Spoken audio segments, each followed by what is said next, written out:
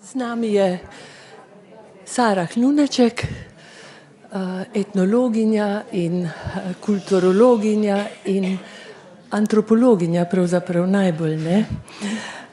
Ampak preden se začnemo pogovarjati o tem pretresljivem in lepem filmu, bi rada povedala eno misel, ki sem jo ujela zadnjič na televiziji, ko se je Mateja Valentinčič pogovarjala z doktorjem Slavojem Žižkom o Kurosavi.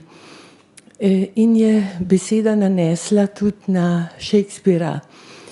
In na to, da pravzaprav Shakespeare je tako močan, da prenese prenos v kakršnokoli okolje ali pa v kakršenkoli ambient, ker je Kurosava je namreč režiral tudi Macbetha.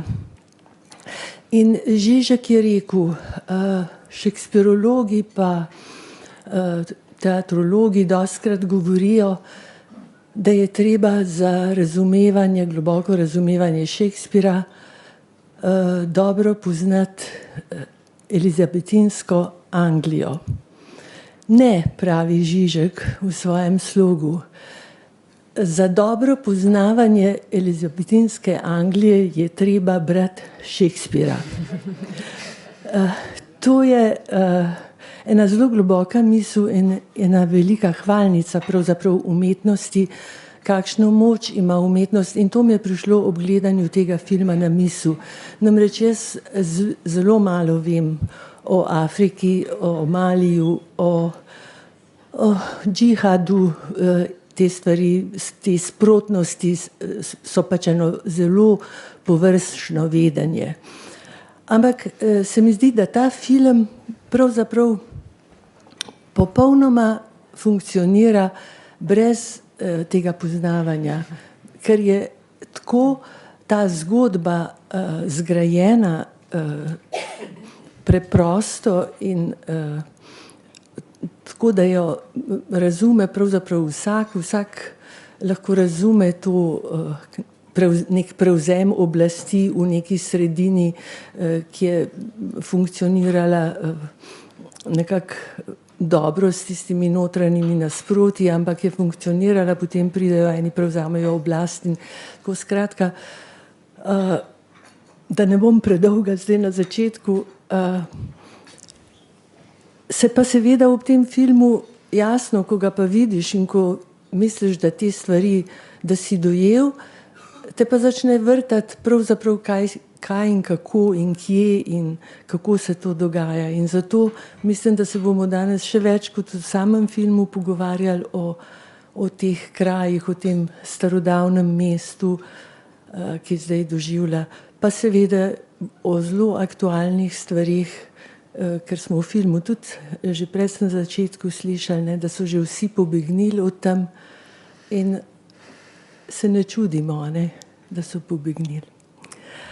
Kdaj ste bili prvič v Timbuktuju? Toliko ste odprli enih pomembnih tem, da je kar težko na to vprašanje odgovarjati. Tako da mogoče vsaj, da se dotaknem nekaj od tega, kar ste odprli, pa bomo potem še nadaljevali, ne, pridno povem tudi, kdaj sem bila jaz.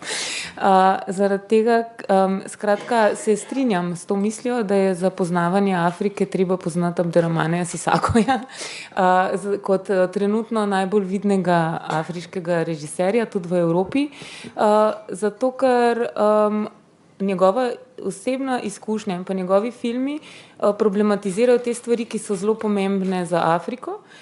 V primeru tega filma islamski fundamentalizem, ampak v drugih filmih recimo problem razvoja investicij Svetovne banke, programov strukturne prilagoditve, potem tudi problem migracij, recimo v Čakajoč na srečo, Haremakono, ki je bil tudi prikazan v Ljubljani. Tam v tistem filmu tematizira migracije, to hrepenenje potem, da bi odšel, in govori zelo dobro o migracijah, ne da bi sploh se kdo kamorkoli premaknil. Gre za neke vrste film čakanja, ne, na to, da nekam greš. In čakanje je zelo povezano danes z migracijsko izkušnjo. Tako da mislim, zdaj samo spet glede avtorja, ne, se pravi, on ima tudi neke vrste migrantsko izkušnjo, ne, je študiral v Moskvi, mama iz Mauretanije, oče iz Malija, odraščajo v Maliju, Timbuktu je v Maliju, se pravi, je to njegova dežela, ne. In potem je pa večino živel med Malijem in Francijo.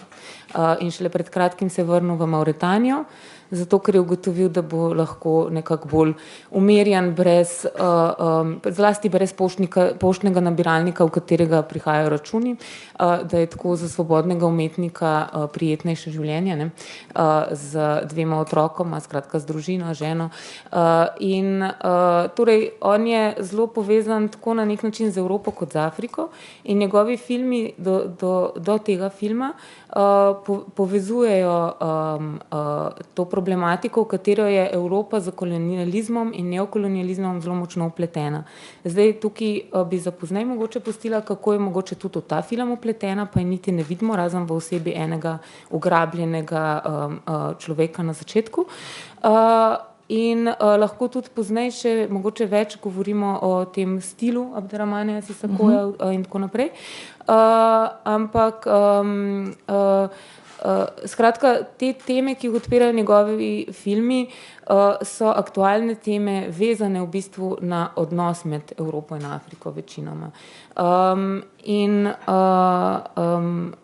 seveda kot nekdo, ki je iz Malija, je pa njegova prva motivacija za posnet prav ta film je bila zelo osebna, zato ker je, oziroma osebno se ga je dotaknilo branje v poročanju o tem prevzemu, on reče ugrabitvi Timbuktuja s strani islamistov, zato ker predvsem glede zgodbe, ki je tukaj ena od zgodb, vidite, ko kamenjajo en par, ne, 2 glavi sta zakopani in sta kaznovana s kamenjanjem, zato ker nista bila poročena. Gre za resnično zgodbo, ker je živel par z 2 otrokoma neporočen in sta bila kaznovana na ta način in ta zgodba je bila neke vrste prvi tak poriv za to, da je Abderrahman Sissako se začel s to temo ukvarjati. Sicer kot nek režiser, ki ga zanima aktualne teme, težko, da se ne bi, ne, tudi s to temo ukvarjal, sploh zdaj, ko je čedalje bolj pomembno v Afriki. In seveda zato, ker se to dogaja v Maliju in so na nek način islamisti prevzeli Timbuktu, ugrabili so to mesto, ki je mesto stare islamske učenosti in je to pač ne ta osnovna tema, v kateri tudi lahko, da ne bom zdaj vseh teh stvari, ampak gremo lahko bolj podrobneje v posamezne sklope, ki vas bojo zanimali. Sam Timbuktu je puščavsko-saharsko mesto na severozahodu Malija. Severovzhodu, pardon, levo, desno zemljevid, severozahodu. Mogoče tle sam to še dobro upozoriti, ne, da se v Maliju pravzaprav vidi ta odnos sveta do Afrike, ne, ker ima meje praktično z ravnilom, ne. To je ena od tistih držav, ne, ki so meje. Ja, zlasti v tem puščavskem predelu, ne, v tem vzhodnem predelu lahko pogledate, pač mislim, če nimate v glavi zemljevida, so res z ravnilom potegnjene med Alžirijo in pa med Nigrom zlasti. Zato, ker to je tako ali tako vse pravzaprav tradicionalno tuareško ozemlje, Sahara, in je na ta način razdeljeno in iz te razdelitve izvirajo tudi številni problemi. Se pravi, če vseeno odgovorim na to, kar ste vprašali, kdaj sem jaz bila v Timbuktuju, sem šla prav pogledati leta 1999, sem bila tam in sicer smo potovali z Pinaso iz Moptija, iz enega mesteca na poti, reka Niger teče čez Mali in gre tudi mimo Timbuktuja, tako da če nisi zelo premožen, nimaš denarja za te vozila na 4-kolesni pogon, se pravi za te Toyote, potem greš s Pinaso in to potovanje traja več dni. Takrat je bila z nami tudi ena starejša gospa iz Francije, ki si je celo življenje želela iti v Timbuktu in potem je zbrala ta pogum, da je pri 80 letih se peljala s Pinaso v Timbuktu. V tem smislu, kot ste na začetku rekli, ne, Timbuktu pomeni pravzaprav za Britance, za Francoze neke vrste Indijo Koromandijo, ne, in je šla to svojo deželo sanj iz otroštva pogledati. Takrat je bil Timbuktu miren, bili so že prej upori in konflikti, ampak v tistem času, se pravi konec 20. stoletja, nekaj časa je življenje potekalo mirno in rada bi predvsem to še nekako izkoristila, da povem, da seveda poleg te gospe, sva medva to potovanje opravila skupaj z Borutom Brumnom, ki je tudi etnolog in antropolog in je bil eden prvih v bistvu v Sloveniji, ki se je resno antropološko začel ukvarjati z Afriko, tako da skupaj sva se potem navdušila nad tem, da sva začela hoditi k Tuaregom. Takrat sva hotela iti v Taudeni s solno karavano, to se ni dalo, zato sva šla nekaj let pozneje, oziroma ne, samo 2 leti pozneje solno karavano iz Agadeza v Bilmo v Nigru.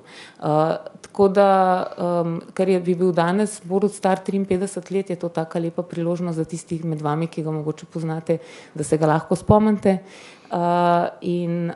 Se je napisal, tudi veliko stvari, Ja, v Afriki je šele začel pisati, ker se je prej ukvarjal z Istro in z mejami, tu pa se je tudi ukvarjal z mejami in pa s Tuaregi, tako da začel je pravzaprav pisati o teh tuareških migracijah in pomenu meja. In začel je tudi pisati o tem drugem problemu, o neokolonializmu in vplivu velesil na situacijo in na vsakdanje življenje v različnih afriških državah. Timbuktu je pa iz 11. stoletja nekako, izvira, je mesto, ampak islam je zelo zgodaj prišel v ta kraj, Ja, v bistvu, ko se je pač islam širil prek Severne Afrike, potem pravzaprav z nomadskimi ljudstvi, z berberskimi ljudstvi, ki niso bili prav Tuaregi, se je tudi razširil pod Saharo, se pravi, nekje v 9. stoletja so na voljo kamele, ki so ključne za potovanja preko Sahare in potem nekje v tem obdobju je začel potem islam, se pravi, tam proti 11. stoletju prihajati v podsaharske kraje. Najmočnejši je pa Timbuktu kot center islamske učenosti postal v 14. stoletju in je potem to tradicijo, sicer ni bil potem več center, ampak to tradicijo hranjenja starih rokopisov in koranskih šol in različnih šol za islamske učenjake ohranjal v bistvu vse do tega prevzema. Tako da je v tem smislu tudi ima pomen kot mesto svetovne kulturne dediščine. Arhitektura je zelo značilna v teh krajih. Ta sam film je bil posnet v Mauretaniji, zato ker v tistem trenutku ni bilo možno snemati v Timbuktuju, je bilo prenevarno, čeprav je bila prva ideja, da bi snemali v Timbuktuju.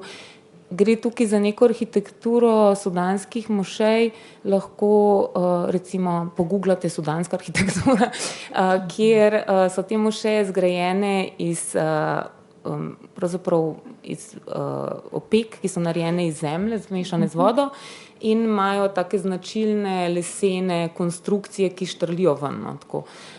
V tem smislu je te arhitekture, poleg rokopisov, je Timbuktu imel več seveda takih mošej, ki so jih potem v precejšnji meri te islamski skrajneži uničili. Ja, kar se lepo vidi že na začetku filma, kot te kipe, kipe tradicionalne, ko streljajo, torej že tisti začetek z gazelo, in ti stavek ne ubitejo, utruditejo, ker pravzaprav je strategija te države, Ja, neke vrste izčrpavanje, v bistvu, kako, mislim, ki je pravzaprav širše samo od Malija, Zdaj, če pogledamo vse te konflikte, ki so trenutno, gre pravzaprav za eno tako gazelo, za izčrpavanje civilnega prebivalstva na nek način. Pa uničevanje dediščine, akterjev. Kar takoj pokažejo tisti kipi. Te kipi nekako tudi simbolizirajo te predislamske religije, in sam, kako ne rečem, sam islam v Afriki je precej star in precej sinkretičen, se pravi, da vključuje tudi neka tradicionalna verovanja, ima neke posebnosti, recimo veliki pomen svetih mož, marabujev, ki imajo neke vrste blagoslov, barako in so potem tudi lokalna romarska središča, urejena glede na to, kje so bili taki pomembni sveti možje, tako da ni bilo treba iz Afrike hoditi vedno v Meko, ampak lahko kam bližje. Poleg tega seveda je odvisno od posamezne etnične skupine, od tradicije, na kakšen način se ta islam prakticira. Mogoče si lažje predstavljate, če si predstavljate bošnjaški islam, kakšen je bil. Ne? To razliko med nekim ekstremizmom, ki se zdaj največkrat kaže v različnih oblikah vahabizma in salafizma, se pravi izbrskanje, ne gre toliko za Koran, kakor za prve interpretacije Korana, ki so nastajale v 9. stoletju, skratka so nastajale v nekem drugem času in so popolnoma neprilagojene na današnji čas. Ob tem pa sveto držanje teh pravil in neomogočanje nekih svobodnejših, sodobnejših interpretacij svetih tekstov. Tako da tukaj se prijavljajo neki novi preroki, ki to interpretirajo, pišejo kratka navodila za uporabo, katerim se nekateri ljudje zatekajo. Nekateri tudi v smislu tega, da bi bili radi bolj pobožni, drugi pa vključujejo to v svoje v bistvu militantne organizacije, ki bi jim težko, ki jim nočemo reči islamske, ampak islamistične, zato ker na nek način zlorabljajo islam kot svojo ideologijo, s katero terorizirajo druge ljudi in s katero nekako opravičujejo nasilje. Ne? Medtem ko ta tradicionalni islam pa omogoča veliko več svobode, veliko več svobodne interpretacije, čeprav se pač načeloma posamezniki in posameznice držijo teh osnovnih zapovedi, kot je molitev, post, miloščina, romanje. In se pravi, je še vedno veliko več prostora za to. Ne? Ženske v Afriki se pokrivajo na najrazličnejše načine, mlade punce se doma seveda ne pokrivajo, si dajo samo neko provizorično tančico ali pa ruto, ko grejo na ulico.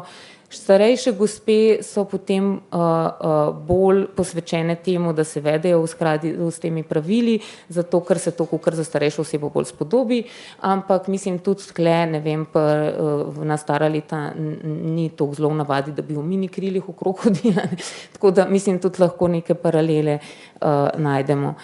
Se pravi, v tem filmu se mi zdi zelo dobro prikazana ta razlika med tradicionalnim islamom, tudi v tem, sploh v takem središču verskem, kot je Timbuktu, ki ga predstavlja ta imam, ki je oblečen v belo in ima to ruto na glavi, in pa med tem islamizmom, ki ga predstavljajo ti vojaki, ki sicer tudi imajo neke svoje vodilne figure, ki pa zelo rigidno interpretirajo te interpretacije stare, v bistvu islamskega prava.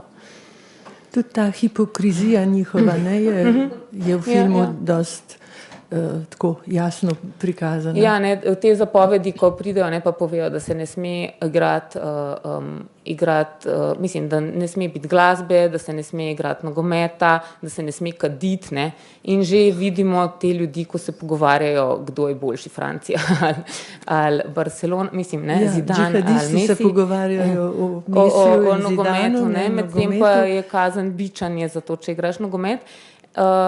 In recimo ta Abdelkarim, ki kadi, in ki ima še druge slabosti.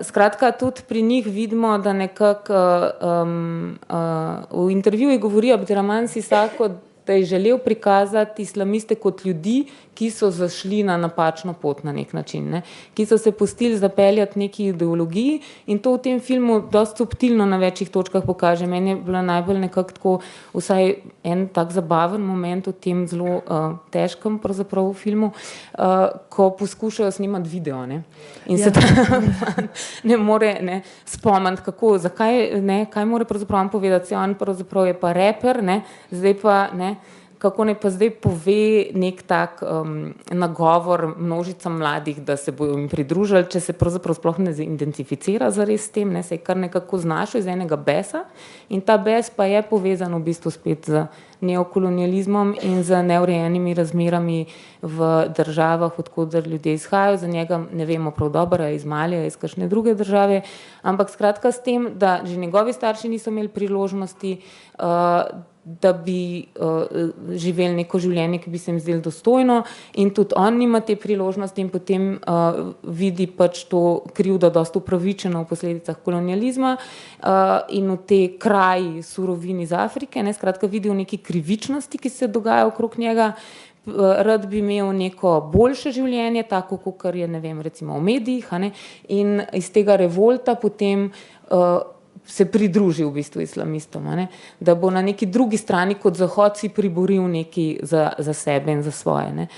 Ampak hkrati pa tega ne zna artikulirati in ne more, ne, predstaviti tega v smislu nekega nagovora drugim prek kamere. Ne? Tako da to je eden od teh momentov. Ne? Medtem ko ta moment, ko gre za ples, ne? Ko je eden od džihadistov na obisku pri, kako je ona zadu, se mi zdi, ta ženska, ki ne bi bila nora, hkrati pa je tudi v bistvu neke vrste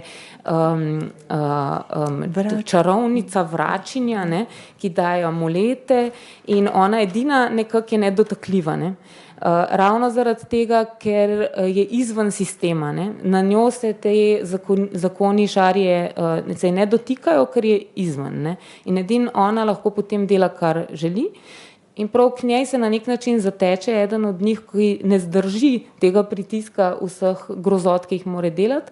Tako da Abderrahmane Sissako govori o tem, da je imel precej, da je zelo veliko razmišljal, kako pokazati ta prizor kamenjanja, da ne bi bil ne preveč brutalen, ampak da ne bi bil spektakelski zaradi tega grozovitosti nasilja.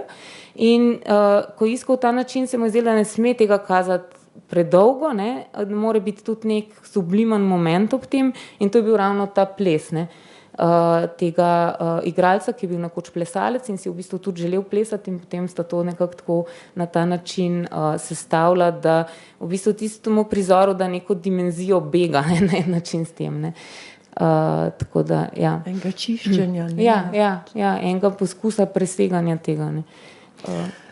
Kar se pa poetičnosti tiče, je pa tudi ta prizor z nogometom, ne, smo ga že omenili, ne, nekaj, kar ogromno pove, no, ogromno pove in se te dotakne na vse mogoče načine. To je bila res ena krasna misel tega, da mogoče je videl, ne, mogoče je videl režiser to, mogoče res fantje to počnejo, kadar preti, da jih bojo ujeli z nogometom, z žogo. Ja, nogomet z nevidno žogo, ne.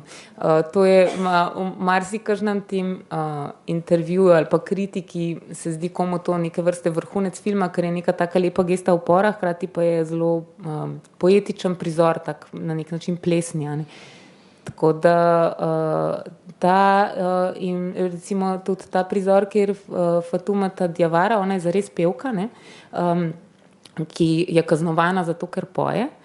Lahko tudi od nje marsikaj najdete, no, je zelo ena najbolj znanih malijskih pevk, sploh malijska glasba lahko tudi, če boste želeli še kaj na to temo. Ampak skratka, v tem, ne, prizoru, kjer je ona kaznovana in znotraj te grozljive kazni, pretepanja, ne, bičanja, ona začne peti. In tudi nekako preseže to kazen, ne. Tako da je spet ta gesta upora, ki je v enem nek zelo poetičen moment v samem filmu. Kaj pa ta par, ki Dane pa žena pa Toja, ali je to, je zelo idilično, ne, prikazan? Tako, mislim, kako bi rekla, filmsko, ne? Ja, to... Oni so Tuaregi, ne? Ja. Po svojem me je presenetilo, ker Abderrahmane Sissako ni Tuareg, ne, je Malijec. Veliko Malijcev ne mara Tuaregov, ker so znani kot notorični uporniki, zato ker imajo podobno pozicijo na nek način kot Kurdi, ne. Njihovo ozemlje je razdeljeno med 5 držav, med Malijo, Alžirijo, Libijo, mičkeno tudi Burkina Faso in pa Niger. In to, koliko je Tuaregov v Maliju, je težko reči, zato ker se te številke zelo se manipulira z njimi in so lahko od nekaj 100 000 do 2 milijona. Ne. Tako da odvisno, koga kdo šteje med Tuarege, ne, in koliko sploh kaki cenzusi uspejo, zato ker veliko Tuaregov je tudi še vedno pastirskih nomadov. Veliko se jih je preselilo v urbana središča, ampak še vedno je ta delež pastirskih nomadov vsaj tolikšen, ne. Se pravi, v Evropi, ne vem, tle v Sloveniji nimamo toliko izkušenj, ne, mogoče s tem, ampak recimo v Franciji je bila ta podoba Tuaregov tudi precej idealizirana kot nekih saharskih, skrivnostnih, zavitih mož in ne vem, žensk, ki so zelo seksualno svobodne in se ne pokrivajo in skratka nekih takih skrivnostnih ljudi iz puščave. Tako da po eni strani v tem filmu se zdi ta podoba te družine idealizirana. Samo če pogledam, ne vem, svojo izkušnjo sobivanja z nomadi v Nigru, je v bistvu tako zelo domače gledati te prizore. Ne zdijo se tuji, ne zdijo se umetni. Zato, ker dejansko v tuareških družinah v Nigru, s katerimi sem imela stik, je ta zveza med moškim in ženskom je ljubezenska zveza, ne. Redkeje gre za dogovorjene poroke, gre za neko v bistvu podoben koncept ljubezni kot v Evropi, koncept romantične ljubezni, ne. In zaradi tega v parih je pogosto to, da se čuti neko zaljubljenost, kljub temu, da seveda nimaš kot tujec velikokrat prilike zalotati ljudi pri nekih izrazih naklonjenosti v paru, zato ker velja, da pred tujci se tega ne kaže, ne. Tako da vedno nekako samo zaslutiš, vidiš s kotičkom očesa, ne, in tako, zato ker je zelo velja ta forma, da ne, nekim ali sorodnikom, ki jih spoštuješ, ali tujcem, v javnosti se ne kaže intimnosti, ne. To velja tako za moške kot za ženske in pri moškem je del tega tudi to zagrinjalo, a ne. Kot ste videli recimo Kidan, ko je v tej težki situaciji, se popolnoma zakrije, ne. Skratka, je mogoče rahlo idealizirana podoba, ne, še na tisti sipini in v šotorih, ampak ni tako zelo nerealna, zato ker dejansko nomadi živijo prav v takih šotorih in včasih si jih postavijo na sipine, čeprav včasih si jih rajši postavijo bližji paše. Pa ni nujno, zaradi tega, ker ima spet to dobre in slabe strani, ker če je paša preblizu, potem živali, pa če itak najprej pojejo, pa morajo bolj stran, ne. In skratka, ta neka pomembnost družine in pomembnost otrok je dejansko zelo prisotna, vsaj s temi Tuaregi v Nigru, s katerimi sem jaz imela stik. Otroci so smatrani kot največji zaklad, ne, in otrokom daš vse, ne. Tako da, mislim, morajo seveda tudi oni pasti koze, ne, in delati, ampak se smatrajo za ni njihova primarna funkcija neka delovna sila, ne, ampak so otroci tisti, ki nadaljujejo v bistvu tradicijo, kulturo in tako naprej. In tudi ženske imajo pri tem zelo pomembno funkcijo, v bistvu tradicionalno so one otroke učile pisati to tuareško pisavo Tifinagh. Tako da ja, skratka, je delno, mislim, je na nek način tudi realna ta podoba, no. Kaj pa odnos med pastirjem oziroma živinorejcem pa ribičem? A je ribič tudi Tuareg ali je ribič tam stalno? To je ta kompleksnost, ne, afriških držav seveda, ne, in tudi sicer sveta in ta neke vrste absurdnost teh državne ureditve na nek način, ne, ki ne uspe zaobjeti interesov vseh etničnih skupin, ki živijo in ljudstev, ki živijo na nekem ozemlju, ne. Skratka, na tem severnem delu Malija seveda Tuaregi sobivajo z drugimi ljudstvi, tudi z poljedelci in živinovrejci. Poljedelci so ponavadi tudi drugimi živinorejci s Fulani in poljedelci, ki so Bambara, ki jih je sicer tu pri Timbuktuju zelo malo, zato ker ni več obdelovalnih možnosti, a ne, to so te južnejši deli. Skratka, ribič sicer najbolj pogosto, tukaj težko eksplicitno uganjam, ampak ribiči so ponavadi bozu, ker je ena etnija povezana z neko dejavnostjo, ne. In ob reki Niger so ribiči v glavnem bozu ljudstvo. Ne. Se pravi, hkrati pa lahko ta njun konflikt gledamo in bolj univerzalno in boljše interpretiramo lokalno. Bolj univerzalno v tem smislu, da ne samo v Afriki, pa zelo dostikrat v Afriki, pride do konflikta glede zemlje, ne, glede pašnih površin in pa glede obdelovalne zemlje. Tako da tu so seveda obstajali konflikti tudi v preteklosti, ampak so obstajale tudi neke ureditve. Če recimo pogledamo v Nigru, se puščava širi. Ljudje, ki bi radi obdelovali zemljo, se pomikajo proti severu in zelo samoumevno je, da recimo v teh primerih pride potem do konfliktov. Ne. Medtem, ko v Maliju je pa pravzaprav ta konflikt med Bozo in Tuaregi mi ni tako zelo poznan, bolj mi je med Songaji in Tuaregi, zato ker gre tukaj za nek skoraj teritorialni spor glede tega, kdo je zdaj na tem teritoriju tisti, ki mu pripada ta zemlja. Ne. Tuaregi so namreč že od osamosvojitve Malija se poskušali odcepiti ta severni del ali pa vsaj imeti neko večjo avtonomijo, medtem ko seveda na tem ozemlju so tudi vse te druge etnične skupine, med njimi tudi Songaji.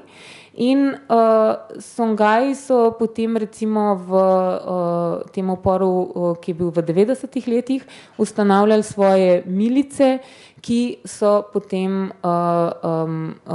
se pravzaprav na neki točki tudi znašale nad Tuaregi in izvajale pomore in nasilje. Ne. Tako da recimo lahko simbolizira ta konflikt tudi to, ne. Konflikt med Kidanom pa med Abdujem, tudi konflikt med Tuaregi in pa Songaji na nek način, ker gre tukaj, ne, za neko težave s tem, kako pravzaprav si razdeliti upravljanje s tem teritorijem in kako si izboriti mesto znotraj države. Ne. Ker v bistvu ta od nekega dela naprej, ne, nekje od Kidala, ki je še bolj severno-vzhodno kot Timbuktu, so v glavnem samo Tuaregi in Arabci. Ne. Ampak ta mesta, Timbuktu, Gao, so pa zelo v bistvu etnično mešana. Ne. In seveda, kakor je zelo pomembno to tuareško gibanje za obcepitev Azawada in ta razglasitev neodvisnosti leta 12, je še vseeno na nek način problematična, ker ni čisto jasno, kaj pa zdaj vse te ostale ljudstva.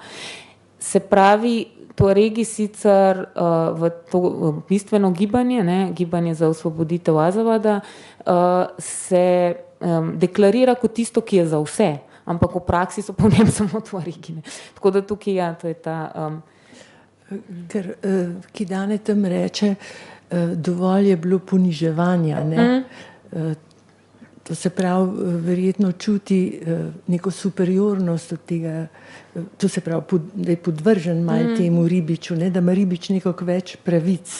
Nekako Mali kot država, ne, se ni zelo posvečal Tuaregom.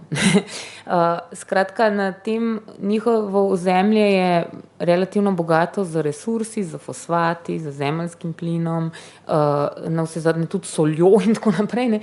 In urana niti še niso začeli izkoriščati, no, ampak skratka, tukaj gre za pol države, v katero ni bilo veliko razvojnih investicij. Ne. Tako da Tuaregi so se ves čas v vseh teh državah so postali marginalizirana manjšina in v vseh teh državah oziroma v Libiji in v Alžiriji to ni bilo več možno, ker so jih prisilno sedentarizirali in jim predvsem onemogočili neka narodno-osvobodilna gibanja, medtem ko v Maliju in pa v Nigru so bili pa ponavljajoči se upori. Ne. Zadnji pred tem, mislim, recimo v Nigru od 91 do 95, pa potem 2007, v Maliju že 61 do 63, pa 91 do 93, pa pol spet ta. Ne. Tako da je, se pravi, je ta občutek, ne, te ponižanosti in izločenosti in zahteva po neodvisnosti, se pravi neke vrste nek narodno-osvobodilni boj, ne, ki potem vsakič sicer pride do nekih podpisov mirovnih sporazumov, kjer gre za neko delno integracijo teh vojakov in pomilostitev v neke vojaške enote, kjer gre za neko obljubo decentralizacije, ki je v Nigru 10 let po uporu, zdaj počasi se realizira, ampak povzroča nove težave. Ne? In kjer naj bi šlo za neke investicije, ki pa tudi zelo pomalem potem se dogajajo. Ne? Tako da je v bistvu, lahko rečemo, gre za nek upravičen boj za več samostojnosti in za več samouprave, ampak gre tudi za ta problem, kaj je z ostalimi etničnimi skupinami in gre tudi za ta problem med tako imenovanimi belimi in črnimi Tuaregi, čeprav je to veliko poenostavljanje. Ne. Skratka, Tuaregi so zelo razdeljeni. Ne. So že tradicionalno so politično organizirani v različne tavšite. Ne da se tega prevesti, ampak recimo, ne vem, kako bi lahko rekel, kot neke klane, naprimer, ne. In so potem se združevali v konfederacije, ne. Na različnih delih, ne. Recimo v Maliju sta bili 2, v Libiji 1, v Alžiriji 2, v Nigru 2, ne.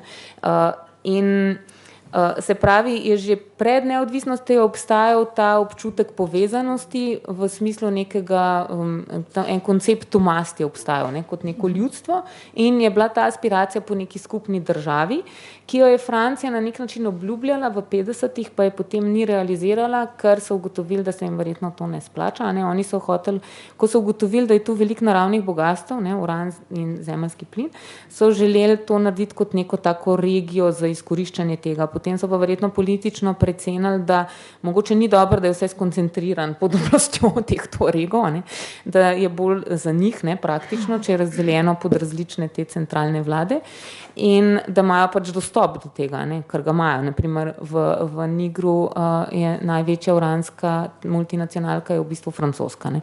Tako da se pravi, ne, gre res za neko to za neko to odrinjenost in za to, da te resursi, da ne dobijo dovolj iz teh resursov, ki so na njihovem ozemlju. Kaj pa jezik? Vsi Tuaregi imajo svoj jezik? V bistvu je enoten jezik z različnimi dialekti. Ne? Se pravi, se lahko zelo hitro med sabo razumejo. Ne? Tako da tukaj recimo v tem filmu je to čudovito, ker ima Abderrahmane Sissako grozno rad te probleme s komunikacijo. Ne? Ko je treba prevesti v en jezik, pa v drug jezik, pa še v tretji in tako. Ne? In tukaj recimo večina teh, tle v tem filmu je 7 jezikov, se mi zdi. Kaj so angleščina, francoščina, tamašek, arabščina, bambara, pa verjetno je še ta bozu, kaj še? Še en ta lokalni jezik mora biti mogoče fulanski. Je prav neverjetno tudi, kako je to spretno v filmu, to prevajanje speljano, da ne zavlačuje dogajanja, ne? Ampak komaj čakaš, da boš slišal še prevod, pa to je zelo subtilno. Ne? Ja, ker on kot avtor se zelo rad ukvarja s temi težavami v komunikaciji. Ne? Težave v komunikaciji. Mene pri te vrste filmih, ki se dogajajo v takih ambientih, ti vdori tehnologije so tako zabavni, no? Ti telefoni, pa ta krava, GPS, kakšen lep simbol je to, ne? Da ima to ime. Ampak kaj vem, mislim, to niso vdori tehnologije, to je pač raba tiste tehnologije, ki je dosegljiva. Ne? In nekako so, ne, telefoni so nekako dosegljivi, GPS je seveda dražji, ne, zato je bolj pomemben in se nekako integrirajo v to komunikacijo. Ne? Tako da telefoni, mislim, da ravno zdaj neke aplikacije z pametne telefone se trenutno zelo dobro razvijajo v razne afriške firme. Ne? Tako da so zelo nekako integrirani. Kako je pa z baterijami? No, sej mesta imajo elektriko, ne? Mesta imajo elektriko, zdaj te oddaljenejši kraj pa je problem z elektriko. Tam pa v bistvu, ko gre nekdo v mesto, napolni telefon in ga prinese nazaj. In tudi te situacije, ko moraš priti na nek hrib, ne? To ima tudi recimo Kiarostami v Okusu po češnjah, ne? Da je treba vedno iti na en hrib po signal in nekje je zdaj tak signal, ki je stik s svetom. pri njemu to delno tudi predstavlja, ne, na en način to povezavo, ne, povezava med ljudmi, povezava z drugimi, ne. V enem filmu je ves čas nastopal Življenje na zemlji, ne, neka telefonska govorilnica in tja vsi hodijo telefonirati in ne dobijo zveze, ne, ampak vsem kričijo, a si tam, tako je tak leitmotiv filma, ta poskus komunikacije, ki nekako bi rada, da uspe, pa ne gre, ne, tako. To je recimo tudi ta luč je spet tako tipična za Abderramanja, ne, ko poskuša tega snemati in seveda luč neha delati in potem jo nazaj, mislim, te detajli, ne. So lepi, ja. Tako je.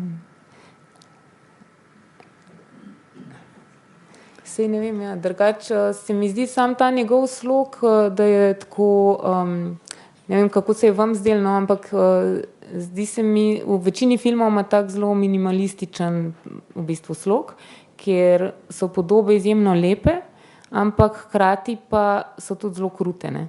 Tako da ne moramo se prepustiti nekim lepim podobam, kot smo navajeni, kot če bi listali nek National Geographic, nas tako malo spominjajo na to, ne, ampak hkrati nas pa udari, ne, iz njih in izza njih neka realnost teh situacij, odkudar te podobe prihajajo. Tako da to se mi zdi izjemno dobro pri njemu, da to na ta način uspe upeljati. Ja, saj pravijo, da ni to velik afriški režiser, ampak da je to velik režiser, ne, tako nima več te nalepke, ne. Kakšna smer, kamor ne zavijemo, kakšna sugestija iz občinstva. Kaj vas zanima tako posebej? Mislim, oziroma, kaj se je vam zdelo tako, da se vas je dotaknilo, ali pa da vam je bilo mogoče nerazumljivo, ali pa ne vem kaj. Mislim, se jaz ne vem odgovora na vse. A so mali udogoni?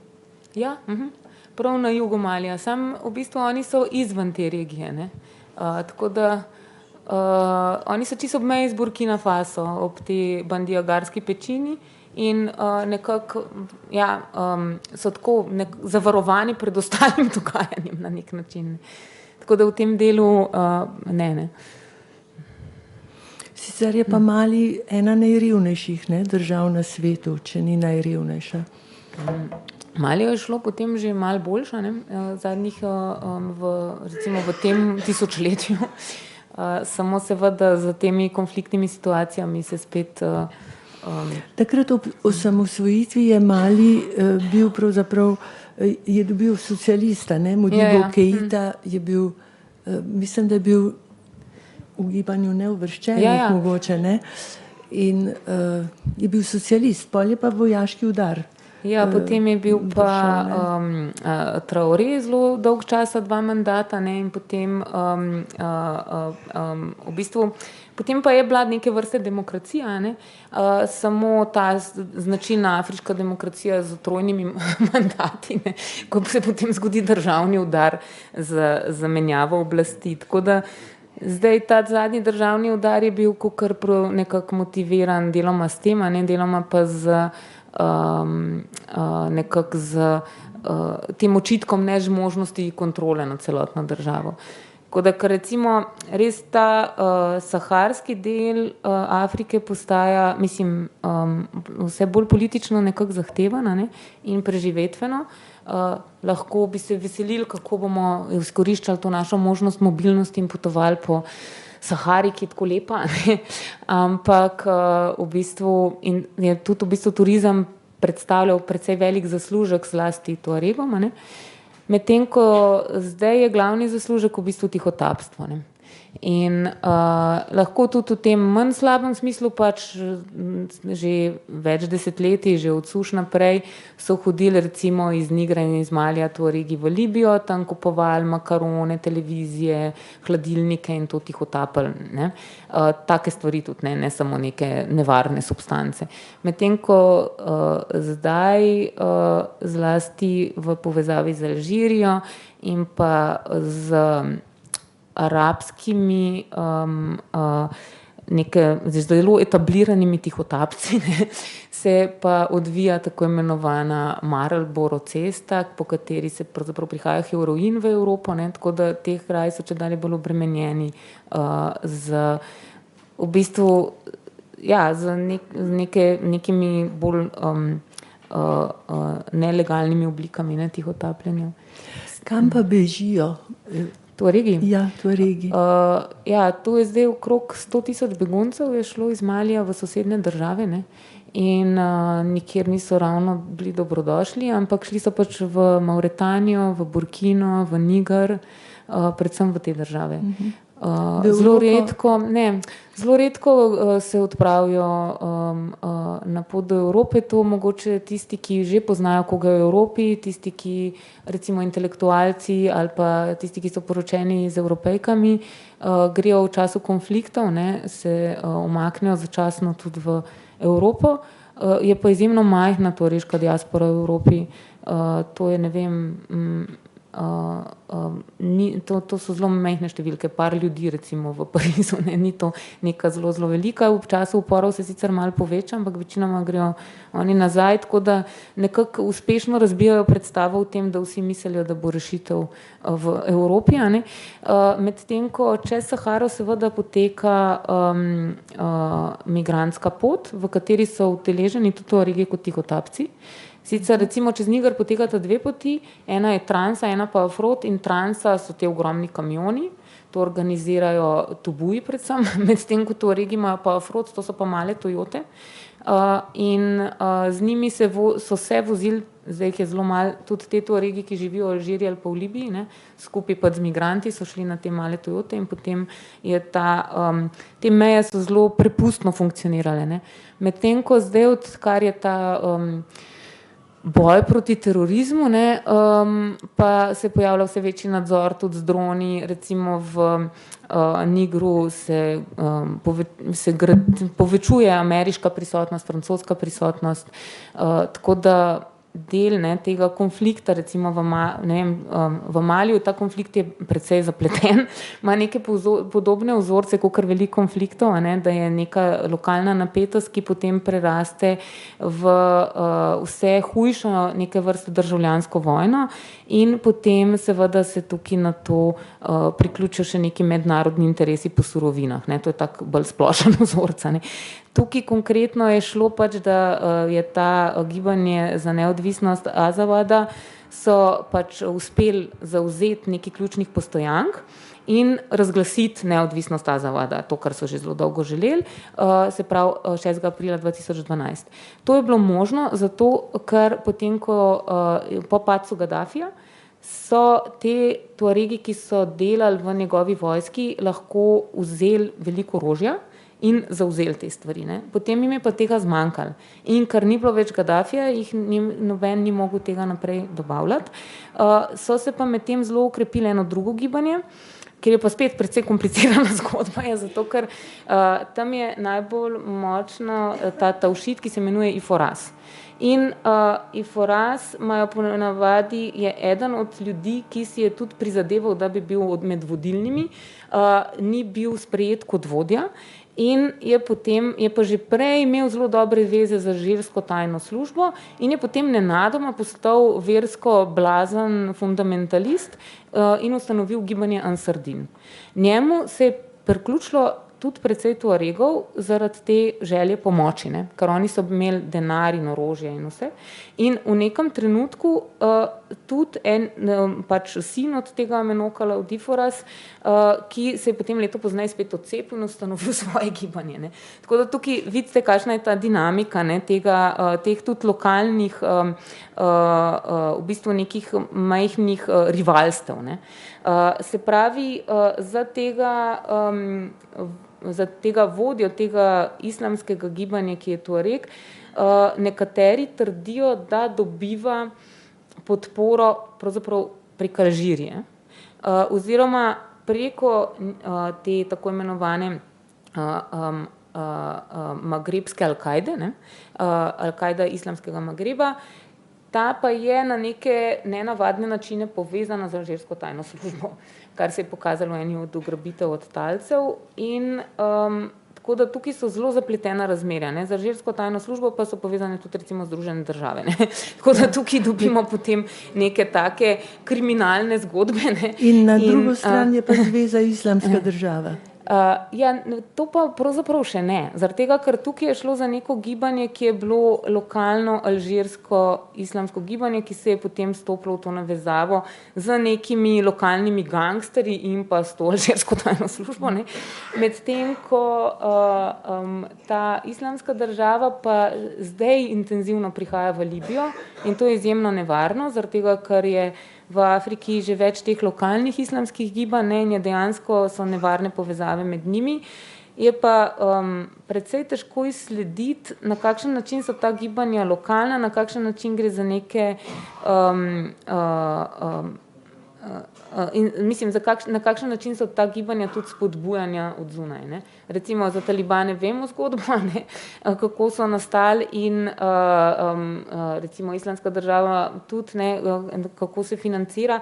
Se pravi, ta vojna proti terorizmu ima pač vse te različne plati, ampak postane toliko bolj zapletena, ko se še vsa ta lokalna dinamika vplete. Ne. Zaradi tega, ker potem se tega ne da nadzorovati. Ne. Zato, ker je potem toliko enih interesov in tenzij, da je zelo težko potem podpisati nek mirovni sporazum in se ga držati. Ne. V Azavadu so bili že 4 mirovni sporazumi in še vedno ni življenje pa postane čist brezvredno, ja. Brez vrednosti in neznosno.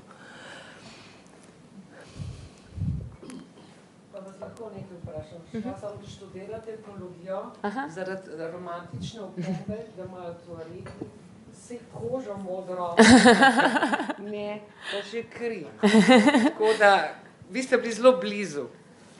Ja, zakaj imajo modro kožo? Zato, ker, to veste, ne?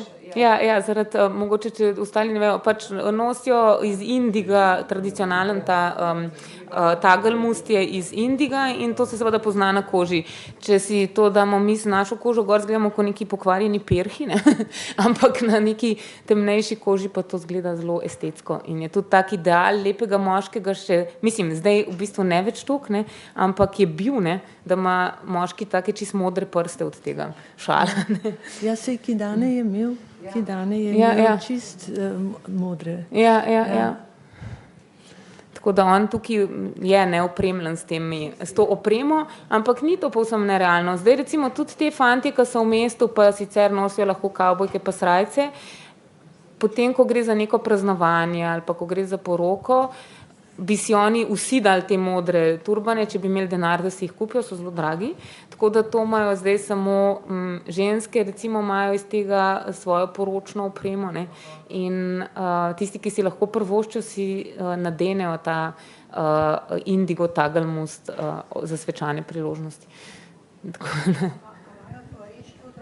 Možnost šolanja me zanima. Odvisno, kje živijo. Ne? Zdaj, če so v mestih, imajo. Ne?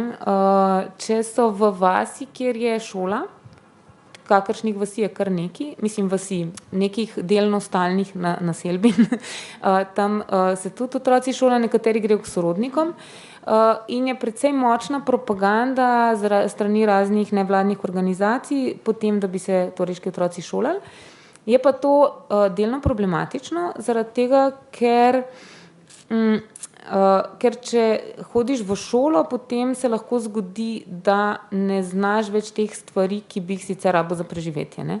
Tako da meni se je zdela zelo smiselna ta strategija nomadov v tem nigerskem Azavadu, kjer so najprej poskrbeli, da so starejši otroci znali osnovne stvari, se pravi delo za živino in delo v taboru, šele potem so pa tamale dali v šolo. Zato, da je družina nekako vse pokrila. Ne? Ker šolo je to problem. Če bi ti prišel lahko vsaj do univerze, ne? Če greš enkrat v šolo, potem bi to seveda imel smisel. Če pa ti narediš 5 razredov osnovne šole, potem pa obtičiš nekje vmes, ne znaš več tega, kar rabiš za preživetje z čredami, hkrati pa ne znaš dovolj, da bi lahko ne, se vključil v neke urbane poklice, ne, potem si nekje vmes, ne, in sicer v redu, še vedno si lahko šofer, tihotapec in tako naprej, ne, kar funkcionira, ne, ampak ne, je vseeno ni šolanje samo po sebi nujno nekaj, kar vodi do uspešnega življenja, ne. Tako. Sicer pa univerza Timbuktu je imel ali ima univerzo? V bistvu Timbuktu ima tradicijo islamske univerze, ne? Se pravi univerze tega verskega, tradicionalnega verskega znanja. Tako da na ta način. Zdaj pa mislim, da te sekularne univerze, pa, kolikor je meni znano, ne, mislim, da ne. Mene je presenetila ena stvar v filmu. Film se sicer dogaja na družinski ravni in pa ravni majhnih skupin, ampak tudi mesto, kot je Timbuktu, ki je veliko, je bilo dokaj pusto, skoraj nič ljudi, pa celo na tržnici. Tržnice načeloma tudi v Timbuktuju ni tako pusta, ne. Pravzaprav tukaj gre bolj za neke ulice, kjer se prodajajo stvari. V samem filmu se to da nekako razlagati s tem velikim nadzorom, ne. Zdaj, če se primerjam to, ne vem, Agadez je, takrat, ko sem jaz bila v Timbuktuju, je bilo mesto tudi precej nekako občutek si imel, da je prazno, ni bilo tako živahno. Medtem ko recimo Agadez je izjemno živahen, so ulice polne, promet je skozi živahen, predvsem z motorji, manj z avtomobili, ljudje stalno hodijo po opravkih, ne. Medtem ko tu, mogoče tudi zaradi samega snemanja, zato ker je bilo to v Mauretaniji, pa so potem mogli narediti, da je izgledalo, kot da je v Maliju, ne. Mogoče je tudi to razlog, ne. Ker, mislim, sicer, kakor pravim, ta moja osebna izkušnja s Timbuktujem ni, da bi bilo to takrat, ne, pa se pravi pred 16 leti, zelo, zelo živahno mesto. Pa težko, pravzaprav sploh ne vem, če znam utemeljiti, zakaj. Mogoče, mislim, ne vem.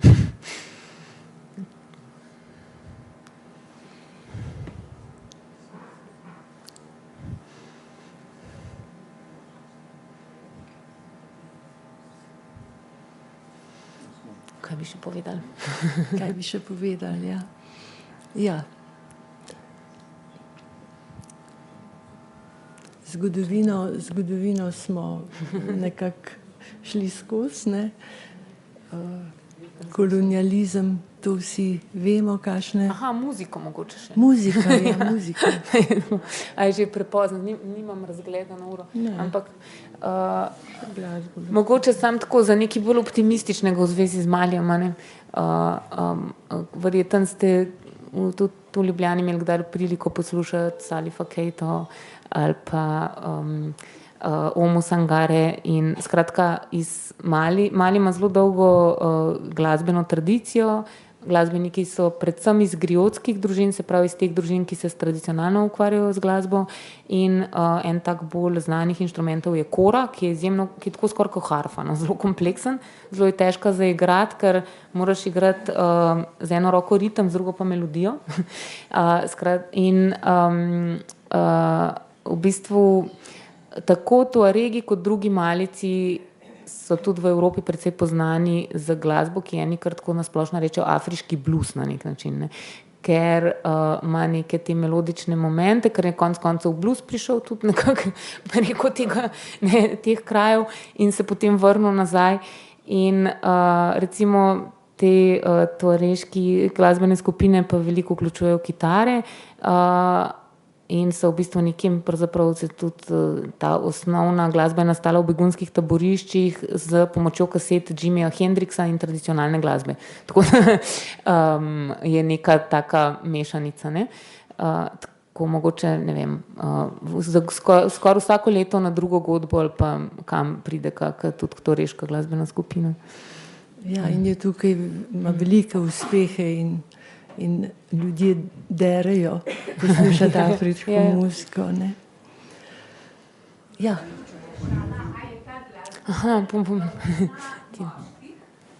Ne. Tudi griotinje so bile že, se pravi, ne to reške glasbenice, ne, recimo Bambara so bile tudi ženske, ne. In sploh one kot pevke, še bolj cenjene kot moški, ki so bolj inštrumente, ne, imeli. Medtem ko pri Tuareginjah so tudi pevke ženske in one so, mislim, nekoč, to zdaj skoraj redko najdemo, da bi znala kakšna ženska, so igrale nazad, to je tako kot neke gusle. In pa to, kar pa zdaj je najbolj pogosto lahko pač naletimo, je pa petje ob udarjanju na bučo v vodi, ne. Tako da to se recimo uporablja skupaj v raznih praznikih, no, skupaj z nekimi kameljimi nastopi in tako naprej. Ampak to je zelo, to je dosti vsakdanje, no. Bomo zaključili. Hvala lepa da ste prišli in hvala vam za nasvidenje.